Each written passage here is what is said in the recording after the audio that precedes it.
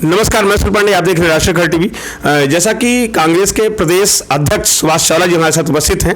2 दिन पहले अमित शाह जी आए थे, उन्होंने सेंट्रल के कानून को लागू किया है, लेकिन कुछ एम्प्लॉई हैं जिसका इसका विरोध करते हैं। जानते हैं सुभाष चावला जी से।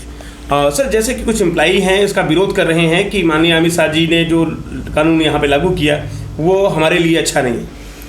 ठीक विरोध कर रहे हैं। इसके 2 पहलू हैं। जहाँ तक जो स्थायी कर्मचारी हैं उनके लिए सेंटर के सर्विस रूल लागू करने में कांग्रेस पार्टी को कोई इतराज़ नहीं। ठीक है। 2006 तक जब पवन बंसल जी देश के फाइनेंस मिनिस्टर थे, हमने भी कोशिश की थी उस वक्त कि ये हो जाए, लेकिन उस वक्त भी ये स्थितियाँ ये बन गई थी कि जब ये हमने प्रपोज़ल वहाँ सेंट्रल गवर्नमेंट में रखा तो यहाँ के कुछ कर्मचारी यूनियन ने उस वक्त भी विरोध किया था कि वो चाहते थे कि ये ना किए जाए। लेकिन उसी वजह से पवन बांसल जी ने इसको कहा कि मैं किसी को क्यों नाराज़ करूं, शायद ये फैसला हम नहीं ले पाए उस तरह। उस फैसले से कोई इतराज़ नहीं, लेकिन 2006 और 2022 में एक बुनियादी फ़र्क आ गया चंडीगढ़ में। उस वक्त शायद कुछ सैकड़ों में होते थे कच्चे कर्मचारी या आउटसोर्स वाली पॉलिसी नहीं थी। अब स्थितियाँ आज ये हैं कि यहाँ 15,000 यूटी के परमानेंट एम्प्लॉइज़ हैं और 18,000-19,000 के करीब जो हैं वो कच्चे या आउटसोर्स वाले हैं। अगर ये सर्विस रूल अब लागू हो जाते हैं, उन कर्मचारियों को तो फ़ायदा है जो पक्के हैं, उनके वेतनमान भी बढ़ेंगे, उनके सर्विस रूल भी अच्छे हो जाएंगे। 58 साल से 60 साल की उम्र में रिटायरमेंट भी उनकी 2 साल बढ़ जाएगी। लेकिन जो 19,000 कर्मचारी दूसरे हैं उनका भविष्य खतरे में आ गया।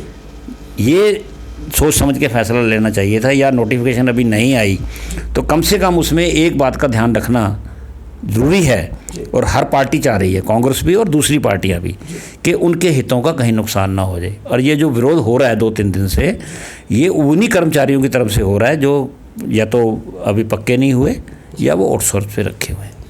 सर, बीजेपी के प्रदेश प्रवक्ता कैलाश जैन जी का कहना है कि जो भी कानून बना वो चंडीगढ़ के हित में है, जो एम्प्लॉई है इससे बहुत ज़्यादा खुश है। बीजेपी वो पार्टी है जो अपने आप पे दावा करती है कि हमारी पार्टी डेमोक्रेटिक पार्टी है, लेकिन आज उनकी स्थिति गुलामों से ज़्यादा अच्छी नहीं है। जो देश के प्रधानमंत्री या जो देश के गृह मंत्री अगर ये कह देना इस वक्त जब हम बैठे हैं कि अब रात हो गई है तो सब सवेरे सोना शुरू कर देंगे, बिस्तरे लेके अंदर कमरों में घुस जाएंगे, उनकी स्थिति अब ये है। कोई फैसला करें, गलत करें सही करें, उनकी पार्टी ने यस मैन की भूमिका में। अब सर, 2020 के अंतर्गत 16 से 18 करोड़ काउ सेक्स था, लेकिन अभी तक उस काउ सेक्स का पता नहीं चला कि वो काउ सेक्स कहाँ लगा और किस गौशाला को दिया गया। अभी गौशाला से हमने बात की तो कहते हैं अभी ऐसा कोई काउ सेक्स हमें नहीं मिला।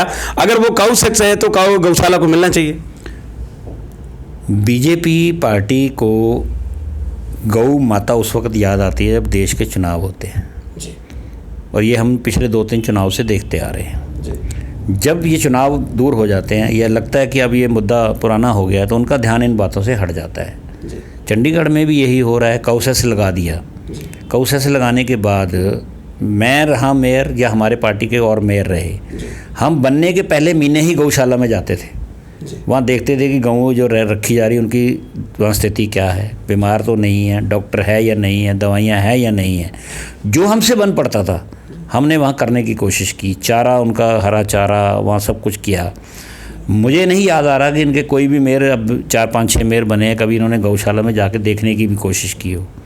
ये फ़ोटो ज़रूर लगा लेंगे पोस्टर में कि गौ माता के नाम पे वोट दो, हम गौ रक्षक हैं। तो इससे ज़्यादा मैं इन पर क्या टिप्पणी करूँ अब।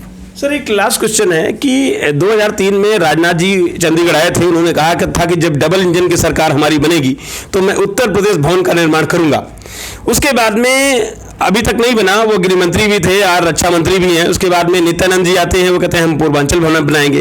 फिर तिवारी जी आते हैं, वो तिवारी जी कहना है कि हमारा मेयर बनते ही यहाँ पे हम पूर्वांचल भवन बनाएंगे। लेकिन जब ये चुनाव खत्म हो जाता है और इनका मेयर बन जाता है बीजेपी का, तब वो कहीं दिखता नहीं। ये क्या चुनावी मुद्दा होता है? बिल्कुल चुनावी मुद्दा है। अगर बार बार एक चीज़ की घोषणा होती है और चुनाव के समय जब उनके नेता आते हैं तो घोषणा करते हैं तो चुनावी मुद्दा ही बनाते हैं। मैं समझता हूँ चुनावी मुद्दा नहीं, ये चुनावी भावनाएं कैश करते हैं। ताज़ा खबरों से जुड़े रहने के लिए सब्सक्राइब करें राष्ट्रीय खबर टीवी और बेल आइकन दबाना ना भूलें।